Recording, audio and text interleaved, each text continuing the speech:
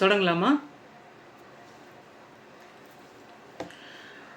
வளர்த்தமிழ் வாழை குமரியாய் அவளை வளர்த்தெடுக்கும் வலைதள வசுதெய்வ குடும்பமாக வையகத்தில் ஆற்றுதலுக்குரிய வேலைகள் விரிவாக வெகுவாக நிறைந்திருக்க யாதுமாகி நின்ற உமைவங்கன் தலைமையில் முதல் இடை கடை என மும்முறை சங்கங்களை நிறுவி தமிழையும் தமிழ்பேணும் நல்லோரையும் தாமே சோதித்து தீயிலிட்டு சொக்க தங்கமாக்கும் நற்கருணையில் சற்றே மூழ்கி யான் நோக்கினேன்.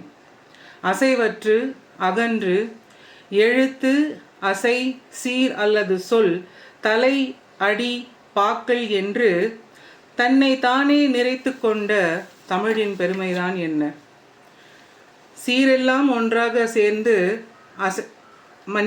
எழுத்துக்களின் கூறாக அசைகள் உருவாக அசைகளின் கூட்டமாக சீர்களை கொண்டு சீர்களெல்லாம் தலைகள் கொண்டு இணைத்து நிலைச்சீரையும் வரும் சீரையும் கொண்டு ஆசிரியத்தலை வெண்டலை கலித்தலை வஞ்சித்தலை என்று விரிவடைந்து அதன் வழி பாக்களையும் செவ்வனே வகுத்து கொண்டு மெல்ல அடியிட்டு அடிமேல் அடிகொண்டு நடந்து கூறலடி சிந்தடி அளவடி நெடிலடி கழிநெடிலடி இடையாது கழிநெடிலடி கடையாது கழிநெடிலடி என்று அடிகளை கொண்டு பாவகைகளை சமைத்து அசையாத யாதும் அசைக்க ஒண்ணா கட்டுமான இலக்கணம் கொண்டு காலமில்லா அகத்தியமும் அவர் சீடராகிய தொல்காப்பியன் வரையறுத்த தொல்காப்பியமும் அதன்பின் 1500 வருடங்கள் கழித்து செம்மாந்த யாப்பருங்கலமும் யாப்பருங்கல காரிகையும் கொண்டு தமிழ் தோற்றுவித்த தலைவன் கண்டத்தில் திளைத்து இளங்குமாம் ஐந்தலை வாசுகி. அதுபோல எழுத்து சொல் பொருள் யாப்பு அணி என்று சீறி பாய்ந்து சிறப்பு பெற்ற எங்கள் வாழை தமிழ் மெல்ல அகன்று ஆழ்ந்து உலகனைத்திலும் தோன்றிய விகாரங்களை தன்னகத்தை ஈர்த்து சேர்த்து சிவமயம் சக்திமயமானது போன்று உரைநடையாய் கவிதையாய் சிறுகதைகளாய் பெரும் நாவல்களாய் குறு நாவல்களாய் முத்தமிழில் வரும் இசைத்தமிழாய் நாடகமாய் பின்பு அனைத்தையும் இன்று வேரூன்றி நிற்கச் செய்யக்கூடிய தொழில்நுட்பமாய் வெள்ளி திரையிலும் வலைத்தளத்திலும் இன்று எல்லா எல்லைகளையும் வென்று நிற்கும் சினிமாவாய் ஊடகங்களாய் தன்னிடையே செதுக்கிக் கொள்ளும் பேரண்டம் போலும் விண்ணுலகும் மண்ணுலகும் மயங்கும் பொங்கு தமிழாய் இசைத்தமிழாய் இனிய தமிழாய் விரிந்து கொண்டிருக்க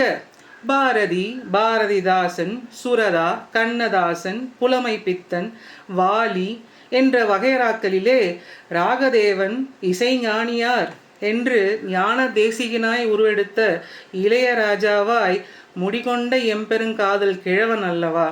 அவர் வழியிலே நாம் முத்துக்குமார் கவி வைரமுத்து இப்படி எத்தனையோ. இப்படி இவளை காதலிக்கும் 100,000 பேர்களில் யானோ ஒரு சின்ன சிறிய சிறுக்கியாவேன். கிறுக்கல்களாய் பார்த்திபன் கையில் உருவெடுப்பாள் என் நரம்பு வீணை என்று யாப்பலங்காரத்தோடு ராகதேவன் கையிலும் தவழுவாள். என்னுடைய வாழ்க்கையிலே சிவநாமத்தை உரைக்கக்கூடாது என்று ஒரு சித்தர் என்னை தடுத்தார். அப்படி தடுத்த பொழுது சிவனுடைய காதலால் இவள் கனிந்தாளா, இல்லை இவள் காதலால் தமிழ் என்னை ஆட்கொண்டதா என்று என்னையும் கூட ஒரு கவியாக்கினாள். அந்த கவிதையிலே இன்று ஒரு சிறு துளி தங்களிடையே அரங்கேற இருக்கின்றது. சிவ சிவ என செப்பினள் அமுதுவாய் அகன்ற சிந்தையுள் சிவ சிவ என செப்பினள் அமுதுவாய் அகன்ற சிந்தையுள் சீரமராசனம் கொண்டு விரிசடையும் வெறும் மார்பும் அமைந்த சீலத்திரு சிற்றம்பலமே. சீரமர் ஆசனம் கொண்டு விரிசடையும் வெறும் மார்புடும் அமைந்த சீலத்திரு சிற்றம்பலமே. நினைவற்றதாய் கூறின் பொய்யாகும் என நினைவே நீ ஆன பின் காலம் அழிந்து காலனும் அழிந்து காதலாகி சதா சாகும் என் மனத்து அமர்ந்தானே. நிலையா யாக்கைக்கோரு துணை என்றோர் நாமத்தில் நின்பதம் நின்னாமம் தொலைக்க என பணித்தனையா பார் என்றே என் அகம் கெழித்தேன். அருளாலா நின் திரிநயனங்களும் திறந்து கான் நின் சடைமுடி அனைத்தையும் வெறித்து காண். நின் நாமத்தை அன்றி வேறோர் நாமத்தை என்னாவென்ன என் நரகலும் கூட ஓதாது.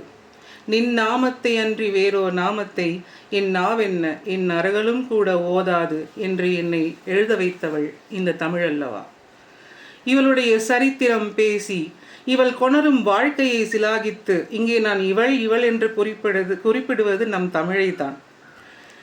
அதையும் இங்கே கோடிட்டு காட்ட விரும்புகின்றேன்.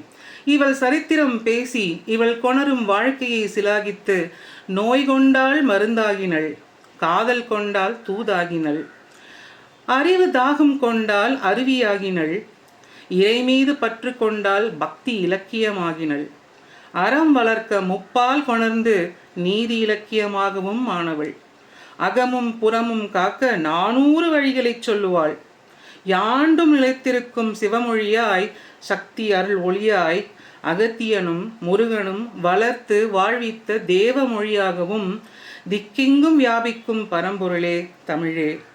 பொருள் அருள் தவமே, தவம் அளித்த வீடே, புண்ணியமா நான் உன்னை அடைந்தது, புண்ணியமோ நீ என்னை சிவபொருளாய் ஆட்கொண்டது, புண்ணியமா நான் உன் தாள் அடைந்தது, புண்ணியமோ நீ என்னை சிவபொருளாய் ஆட்கொண்டது. உனையுரைக்க 10 நிமிட மணித்துளிகள் போதுமா? போதாது.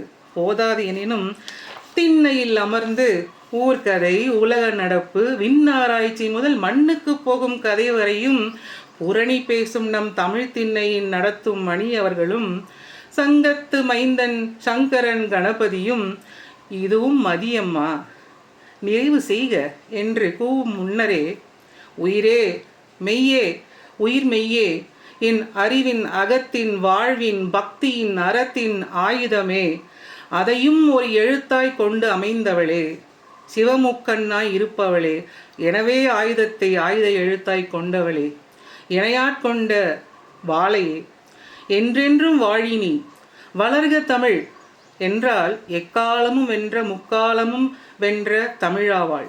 அதற்காகவே வளர் தமிழ் என்று குறிப்பிடுகின்றோம். வாரிதினி நதினி நிதினி நதியமும் நீ கருணையும் நீ, கொடும் விஷமுடைய நாகத்தை கூட நல் அரவம் என்பாய், காலன் வந்து இழுத்து செல்வதை கூட பெரிய காரியம் அன்றல்லவா உரைப்பாய். அளவற்ற கருணை கடலே யாதும் நீ என்று பார்க்கின் யாதும் நீ, யாது நீ என்று நான் பார்க்கும் பொழுது யாதுமாகவும் நீ. பொருள் தேடும் பூமியில் அருள் தொடுக்கும் ஆதியாய் நீ, அருள் அளிக்கும் அன்னையாய் நீ. உனைப்பாட முயல்வது சிறும் செங்குருவி ஆழிநீரை தன் சிறு அலகில் மொண்டு அக்கறை சேர்த்தது போல ஆகும்.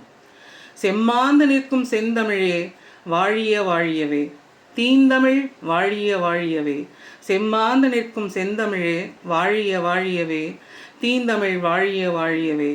சந்தம் நிறைந்தவளே, அதனுடன் சொந்தத்தையும் கொடுத்தவளே, கவியானவளே, எல்லோரையும் கவியாக்கியவளே, வாழையானவளே, வாழ்வு தந்தவளே, யாதுமாகி நிற்பவளே, வல்லோரும் மதி உள்ளோரும் வழிபடும் பொருளானவளே, மூத்தவளே, இம்மையிலும் மறுமையிலும் உன்பால் சுகிக்குமாறு பிறவி உருவேன், இம்மையிலும் மறுமையிலும் உன்பால் சுகிக்குமாறு பிறவி உருவேன், இல்லையேல் இனி பிறவா நிலை மட்டுமே உருவேன், இல்லையேல் இனி பிறவா நிலை மட்டுமே உருவேன்.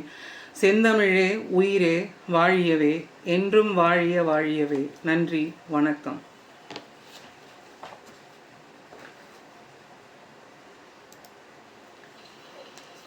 நன்றி திவ்யா, அருமையான பேச்சு.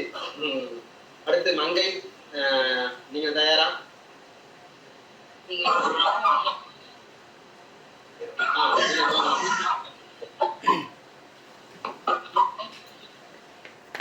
தமிழ் திண்ணை 50வது உடல் என்ன சொல்றது கூட்டம். கொஞ்சம் நான் நிறைய திட்டம்லாம் வச்சிருந்தேன், ஆனா திட்டம்லாம் பொடி பொடியாகப்பட்டன. அதனால நேரலையிலே வந்திருக்கேன், மன்னிக்கணும். கூப்பிடுற தூரத்துல தான் இருக்கேன்.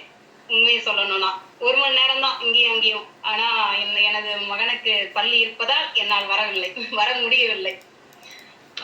என்ன செய்யணுமே தெரியல. இப்போ ஐயா தொலைபேசியில் அழைத்த பிறகுதான் என்ன பண்ணணும் அப்படின்னே யோசிச்சு உட்காந்துருக்கிறேன் நான். நூல் பரிந்துரை தான் செய்யலான்னு இருக்கேன். முதல் முறையாக நான் ஒரு கவிதை நூல் படித்திருக்கேன்.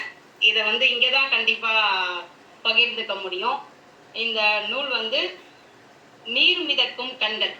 இதன் ஆசிரியர் பெருமாள் முருகன். அவரை பற்றி சில குறிப்புகள் சொல்லி